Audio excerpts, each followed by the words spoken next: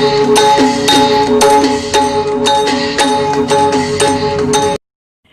มืองสูงพี่น้องใต้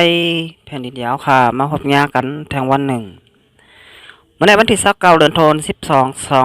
2/20ค่ะปีแล้วค่ะก็2/1/14นี้2/1/15นี้ค่ะคำขึ้นในวัน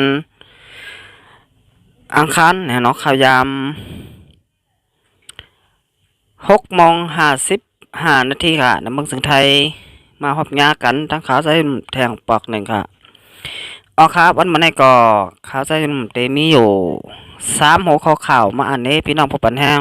เฮาค่ะฮาเลยถ่อมและยินกันกว่าซ้อมกันค่ะหัวข้อข่าวที่1ซึกหลอยตางทีเอ็นยาวเอ็นแห้งก้นหมอก8 ปากปลายเนี่ยเนาะแถมแห้งซึกเข้ามาในจึงไตปอดห้องแทงค่ะอันนั้นก็ปอดลอยอันนะฮะเนาะอ๋อค่ะหัวข้อข่าวที่2โหเป้าหลงของเสียขึ้นจึงได้ลาดลองปัญหาแก่กังอาเซียดและ TNLA หัวข้อข่าวที่3ย่อนลองเข่งแข็งการซึกอาเซียดและ TNLA เสียก้นเมืองเกี่ยวแม่ไหลปลายเพหมอก6 ปากปลายเย่าว่าไหนอ๋อค่ะก็ดังสุดเนี่ยเนาะสองพี่น้องค่ะคำมาโดยช่อง YouTube ค่ะจะอย่าลืมสองพี่น้องค่ะถูกใจนี่ก็กดติดตามใบปันค่ะย่อก็กดปันตีหิ่งทางกำหนึ่งพี่น้องแต้วค่ะเตะไรหันข่าวออนตั้งเปิ่นเหมือนรายการพดต่างข่าวค่ะเอาค่ะมาต่อยหัวข้อข่าวที่1ออนตั้งสุดค่ะเมื่อในวันที่29เดือนธันวาคม2/20ค่ะปีแล้วค่ะ2/1/15นี้แรงข่าวเลิกปืนตีลาดว่าเมื่อได้ซึกลอยตางTNLA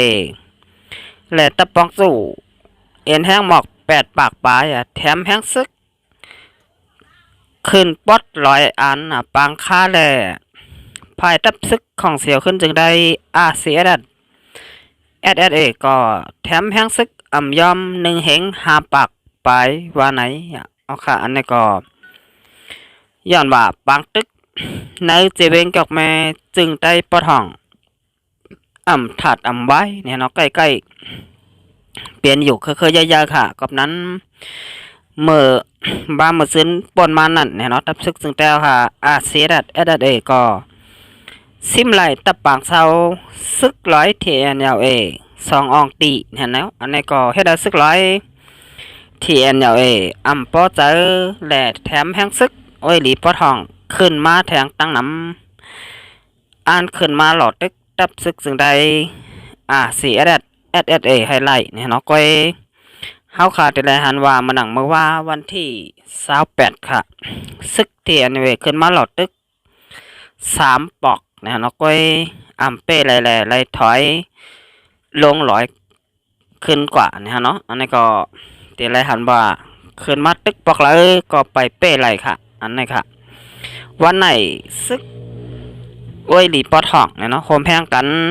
หมอก8 ปากนะฮะเนาะแถมแพงซึกเข้ามาในปืนตี100 อันปางค่าแทงนะฮะเนาะภายตับซึกจึงแล้วค่ะอาเซียดัดก็แถมแพงซึกยอม1 เหง5 ปากก็เหมือนกันค่ะพี่น้องเขาค่ะนี่ก็อย่าไม่เจอเนี่ยลองตับซึก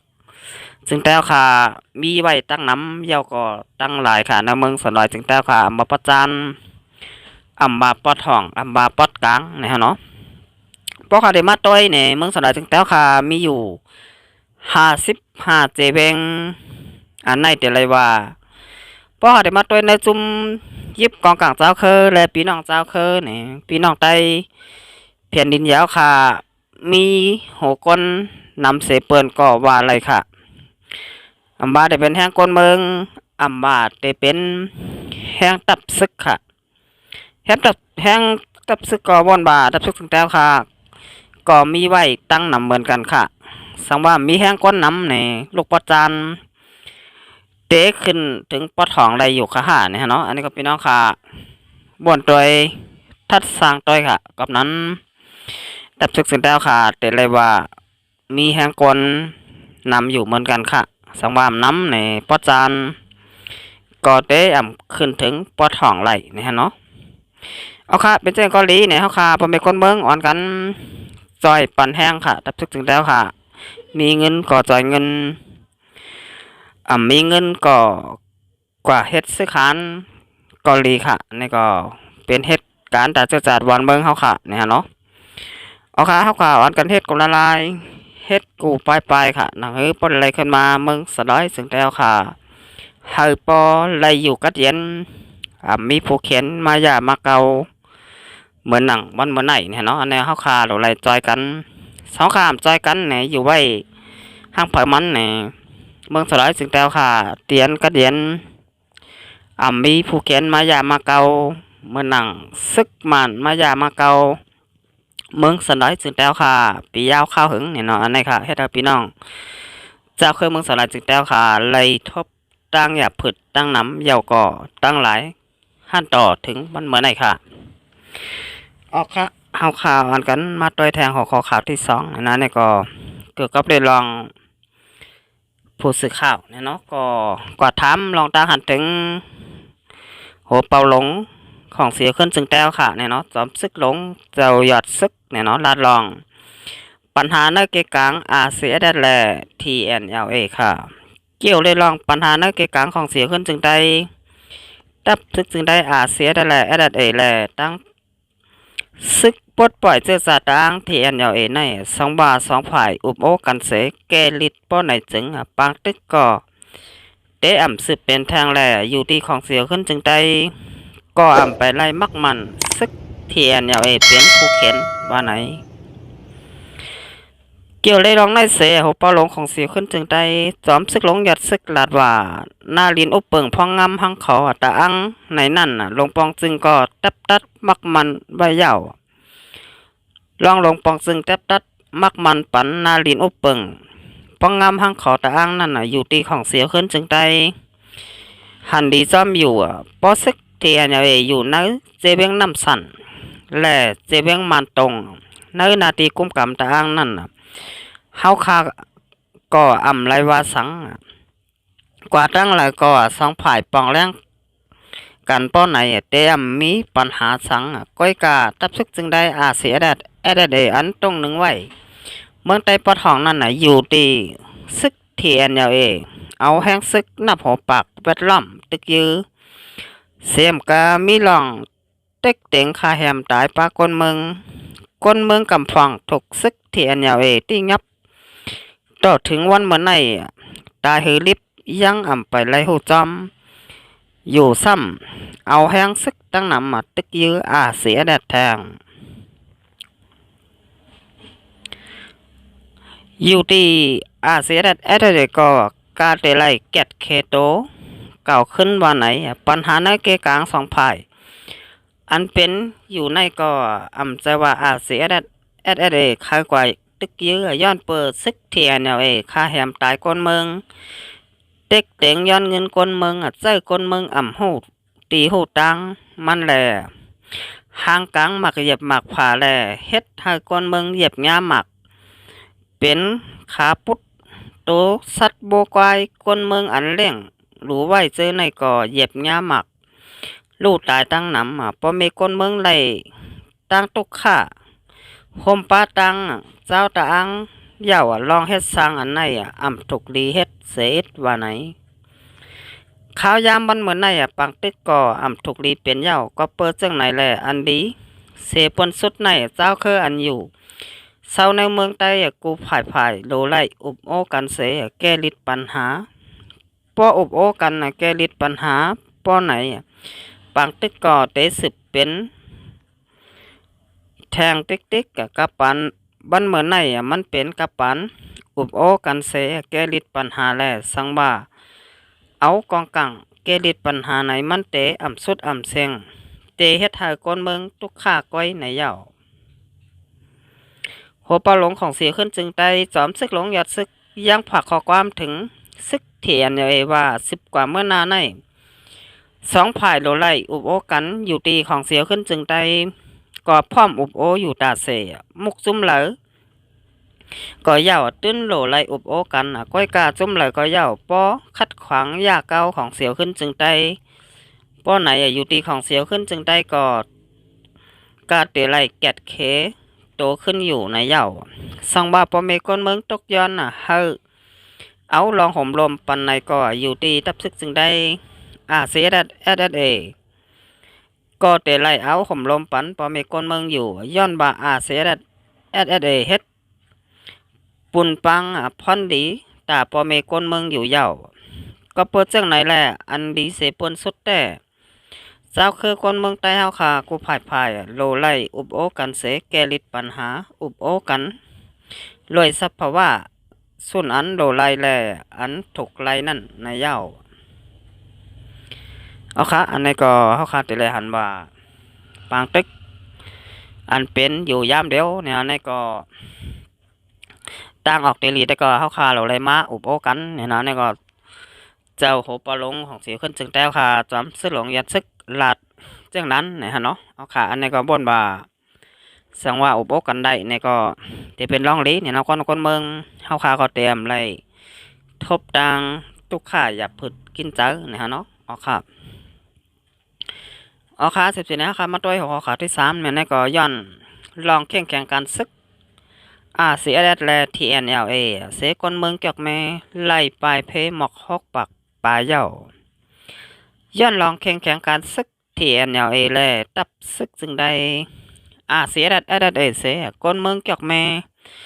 ฮกปักปลายไล่ปลายเพมือเหลวโหลตั้งจอยแถมพาห่มคนนอนแลตั้งกินเยี่ยมในเหย้าย้อนปางตึกจอมปืนตี100 อันกองคาเจเวงเกียกแม่จึงได้ปลดห้องแต่จะเมื่อวันที่25เดือนธันวาคม2 เดือนเจียงเหม่อ11 ค่ำปีใต้ก็2 1 ปาก15นี่ข้าวยามกลางในเจ้านั่นเส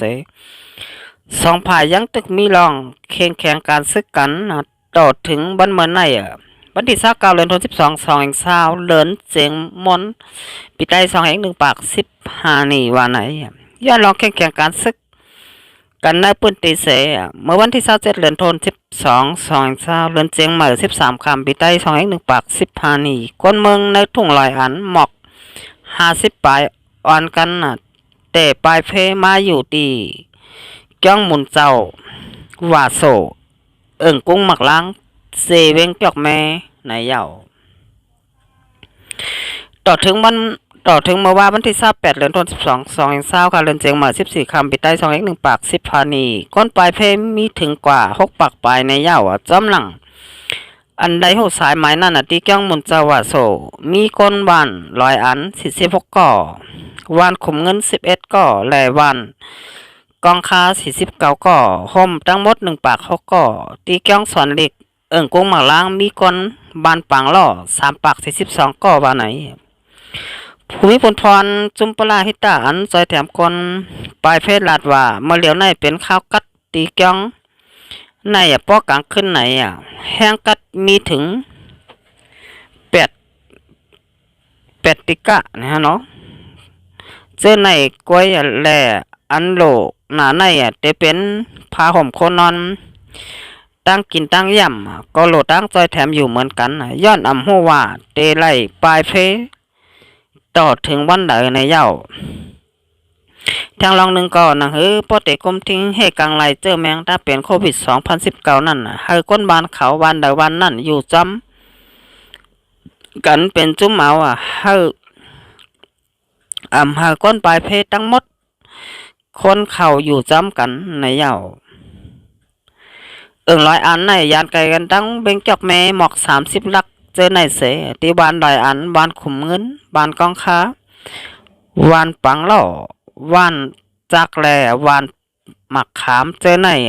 มีก้นมึงหมอก1 เหง4 ปากก็เจอในว่าไหนเอาค่ะอันนี้ก็ข่าวใจหนุ่มเนี่ยเนาะอิงมาตีข่าวของเว็บไซต์ได้แล้วค่ะเตรียมต่างไว้เนี่ยฮะเนาะเอาค่ะอันนี้ก็เกี่ยวกับเรื่อง